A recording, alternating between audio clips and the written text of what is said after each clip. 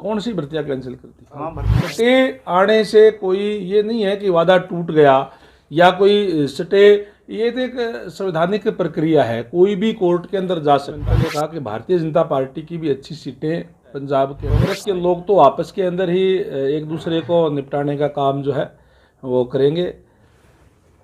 आज तो क्योंकि जैसे आपको पता ही है कि 5 राज्यों के चुनाव है और यहाँ से जाते समय पंजाब जाना था, तो जाते हुए कुछ यहाँ वर्कर साथियों से मिलना हुआ।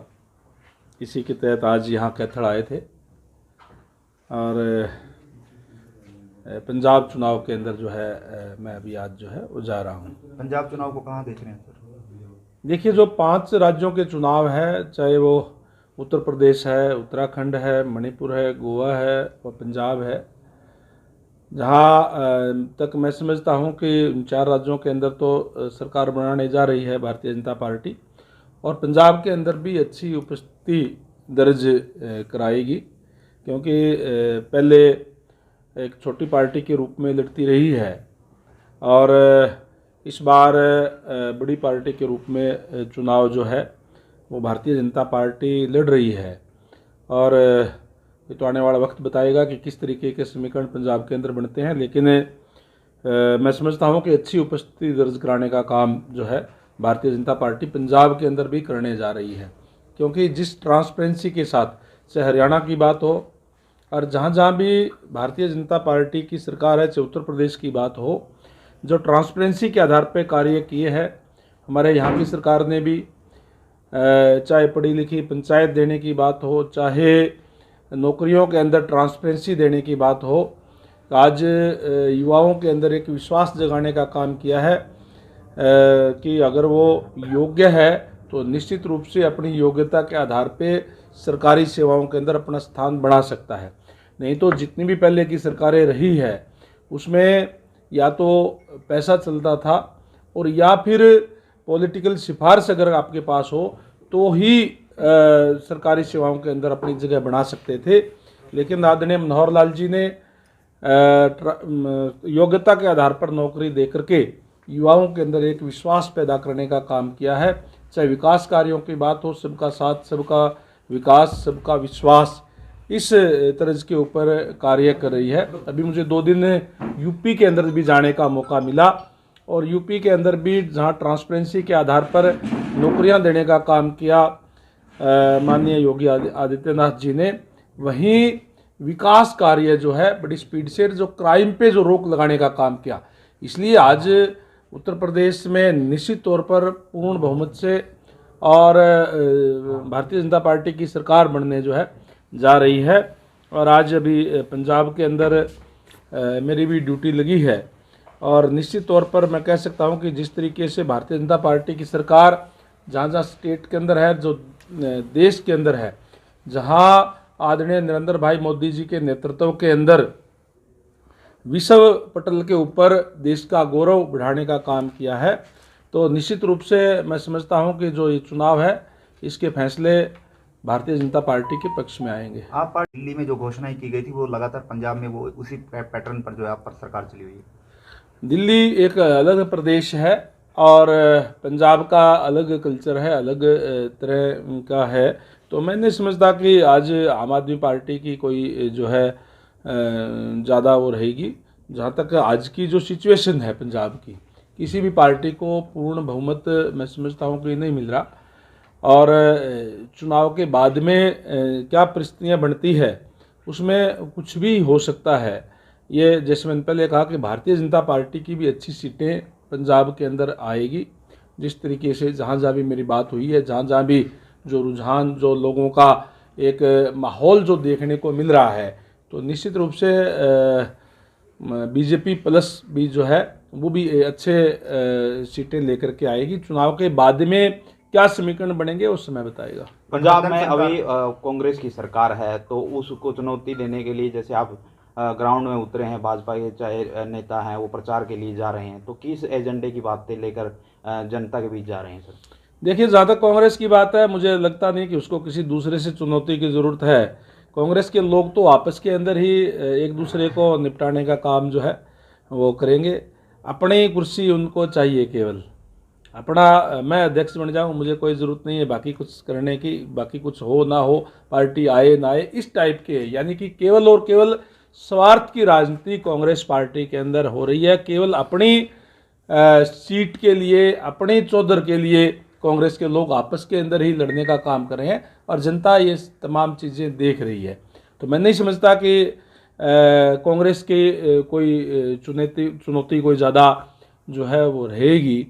और जहाँ तक भारतीय जनता पार्टी की बात है, मैंने जैसे पहले कहा, सबका साथ, सबका विकास और सबका विश्वास, इस तर्ज के ऊपर ट्रांसपेरेंसी की जो सरकारें जहाँ जहाँ भी भारतीय जनता पार्टी की सरकार आई वहाँ देने का काम किया है, वही एजेंडा, विकास का एजेंडा लेकर के हम पंजाब के अंदर लोगों के अंदर जा रहे हैं। गठबंधन सरकार ने प्राइवेट सेक्टर में 75% आरक्षण की दिया था, लेकिन कोर्ट ने स्टे लगा दिया गया। काफ़ी युवाओं की उम्मीदें जो है वो टूट चुकी हैं। वादा की और तोड़ दिया? नहीं, तोड़ नहीं दिया। स्टे आने से कोई ये नहीं है कि वादा टूट गया या कोई स्टे, ये तो एक संवैधानिक प्रक्रिया है, कोई भी कोर्ट के अंदर जा सकता है। पीछे जब पढ़ी लिखी पंचायत जो लेकर के आई थी भारतीय जनता पार्टी, उस टाइम भी लोगों ने स्टे लिया था, स्टे हट भी गया और उसके बाद में चुनाव भी हुए, पढ़ी लिखी पंचायतें भी हरियाणा प्रदेश के अंदर बनी। अभी जो स्टे हुआ है, माननीय मुख्यमंत्री महोदय का भी बयान इस पे आ चुका है कि उनका मजबूती से अपना पक्ष रखने का काम करेंगे और दूसरे राज्यों के अंदर भी इस टाइप का कई राज्यों के अंदर पहले ही प्रावधान किया हुआ है। तो निश्चित रूप से जब हम कोर्ट के अंदर सरकार की तरफ से जवाब दिया जाएगा, स्टे वैकेंट हो जाएगा। सर, क्या मजबूती से पक्ष नहीं रखा गया सरकार की तरफ से? नहीं, रखेंगे ना, अभी तो आया है, अभी तो कोर्ट के अंदर कोई किसी ने डाला है, कोर्ट ने स्टे दिया है। अब सरकार अपनी तरफ से जो भी अभी डेट आएगी उस पर अपनी तरफ से मजबूती से उसका रिप्लाई देगी और निश्चित रूप से सरकार उसमें है जी, सुप्रीम कोर्ट चलेगी सरकार उसमें। चलो, मैं एक, वो तो जो भी संवैधानिक प्रक्रिया है, वो लीगल जो लोग देखते हैं वो वहाँ अपना पक्ष सरकार का रखेंगे और निश्चित रूप से उसको लागू करवाने का काम भी होगा। एक बार सर्वे फ्लैश हो रहा है कि हरियाणा नंबर 1 हो गया बेरोजगारी में। जी सर। देखिए, ये तो मैं समझता हूँ कि आज हरियाणा बेरोजगारी में नंबर 1 तो ये हो सकता है कि जो कांग्रेस के लोग थे, जो विपक्षी पार्टियों के लोग थे, जो राजनीति के अंदर अपना रोजगार ढूंढते थे, वे जरूर बेरोजगार हो गए हैं। हमने जैसे पहले कहा कि ट्रांसपेरेंसी के आधार पर नौकरी देने का काम किया है। आज गांव के अंदर भी, शहर के अंदर भी, गरीब से गरीब बच्चा भी जो योग्य है, उसने भी अपनी योग्यता के आधार पर स्थान बनाने का काम किया है। ऐसा उदाहरण आपको पहले कहीं नहीं मिलेगा।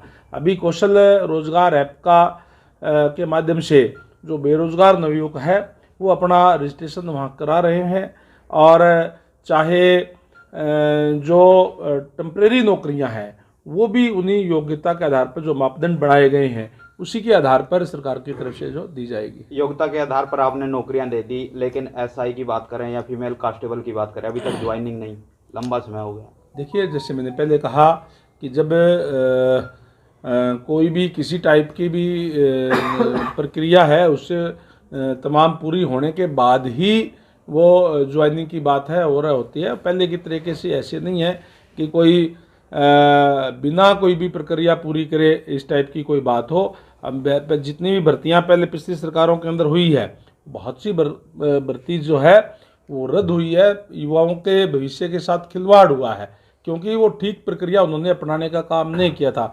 हमारी सरकार के अंदर एक भी भर्ती कोई जो है वो रद्द नहीं हुई है। सर, सीएमआई की रिपोर्ट को मुख्यमंत्री जी कह रहे हैं कि बेरोजगारी में नंबर 1 नहीं है, झूठी रिपोर्टें हैं ये, लेकिन वही इसी रिपोर्ट को उत्तर प्रदेश के मुख्यमंत्री कहते हैं कि हमारा जो स्टेट है अच्छी उसके रैंक के अंदर है।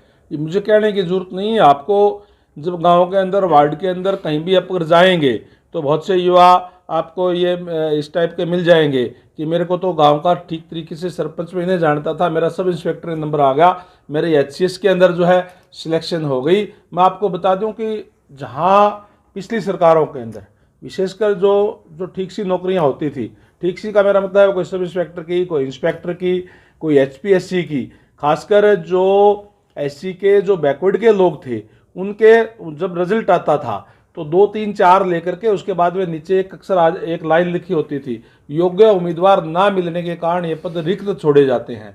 आज जो HPSC है उसके अंदर भी जो बैकवर्ड क्लास के लोग हैं उन्होंने ओपन के अंदर भी स्थान बनाने का काम किया। ये रिकॉर्ड जो पिछले 2020 के अंदर जो HPSC की भर्ती हुई है, मेरा ही हल्का है, उसके अंदर आर्यनगर गांव है, 2 सगे भाई जो है जो बैकवर्ड क्लास से है, जांगड़ा फैमिली से हैं, उन्होंने 2 सगे भाइयों ने HCS के अंदर स्थान बनाने का काम किया।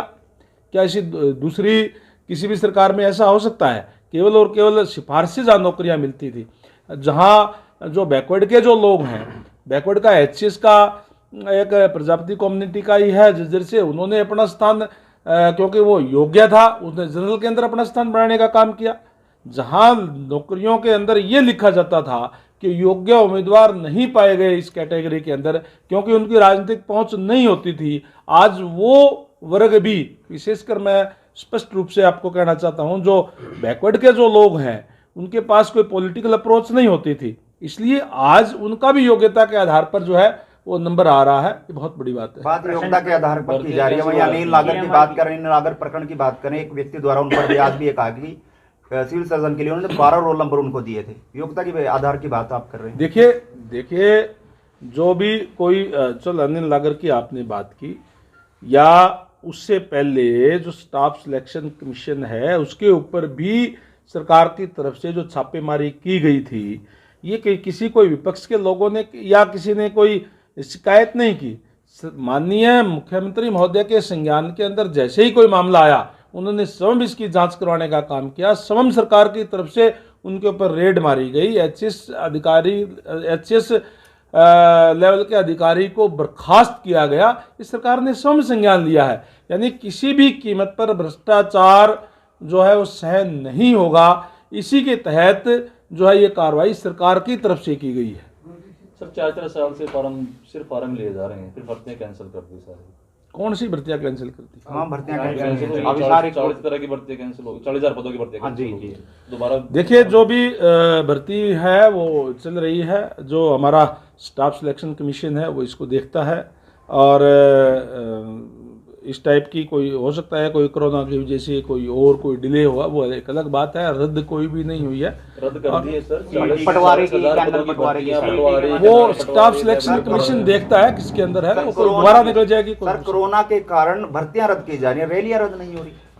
कहाँ रैलियां? आज तो अभी चुनाव चल रहा है, रैलियों पर भी बैन है। अभी कोई रैली नहीं हो रही। मुख्यमंत्री जी की अभी पिछले दिन मीटिंग कितनी भीड़ थी कैमला में, आप कैमला में पार्ट 2 में आप देखो कितनी पब्लिक थी। करनाल की बात थी, रैली टाइप सी है सर, आप देखो कितनी पब्लिक है। ऐसा है, नाम रैली नहीं, पब्लिक तो आप देखिए। नहीं, रैली आप उसको नहीं कह सकते। जहाँ मुख्यमंत्री लेवल का कोई मंत्री है, कोई आता है तो 100 200 400 लोग आ जाते हैं, और 1000 तक तो चुनाव आयोग ने भी छूट दे रखी है। और अभी हमारी जो सरकार है उसने उसके कुशल प्रबंधन के कारण, चाहे कोविड के टाइम पे जो महामारी विश्वव्यापी आई थी उसमें हमने एक नहीं 2 वैक्सीन जो है हमारे अपने देश की बनाई। जहाँ पहले ऐसा होता था कि जब भी कोई भी इस टाइप की महामारी आती थी, चेचक था, मलेरिया था, बहुत से लोग मर जाते थे। जो विकसित दो देश है उनके अंदर तमाम देश के लोगों को उनके जो वैक्सीन लग जाती थी, तब जाकर कहीं भारत का नंबर आता था। अब तो माननीय प्रधानमंत्री जी के नेतृत्व के अंदर जो इसका जो कुशल प्रबंधन हुआ है उसी के कारण है कि आज हमें सबको 2 डोज लगी हुई है। CMI की रिपोर्ट को सही मानते हैं नहीं मानते? मैंने कोई ये नहीं कहा कि नहीं मानते। मैंने जो बात जो रखी थी, आपने रोजगार की बात की, मैंने ये कहा कि हमने ट्रांसपेरेंसी के आधार पर रोजगार देने का काम किया। ये मेरे कहने की बात नहीं, लोग आपको बता देंगे।